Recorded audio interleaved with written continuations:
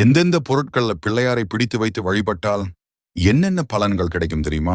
மஞ்சளில் பிள்ளையார் பிடித்து வழிபட்டால் சகல சாவுபாக்கியங்களும் கிடைக்கும், காரிய சித்தி தருவார். குங்குமம் வைத்து பிள்ளையார் பிடித்து வைத்து வணங்க செவ்வாய் தோஷம் அகலும், குழந்தைகளை படிப்பில் வல்லவராக்குவார். புற்றுமண்ணினால் பிள்ளையார் செய்து வணங்க நோய்கள் அகலும், விவசாயம் செழிக்கும், வியாபாரத்தை பெருக வைப்பார்.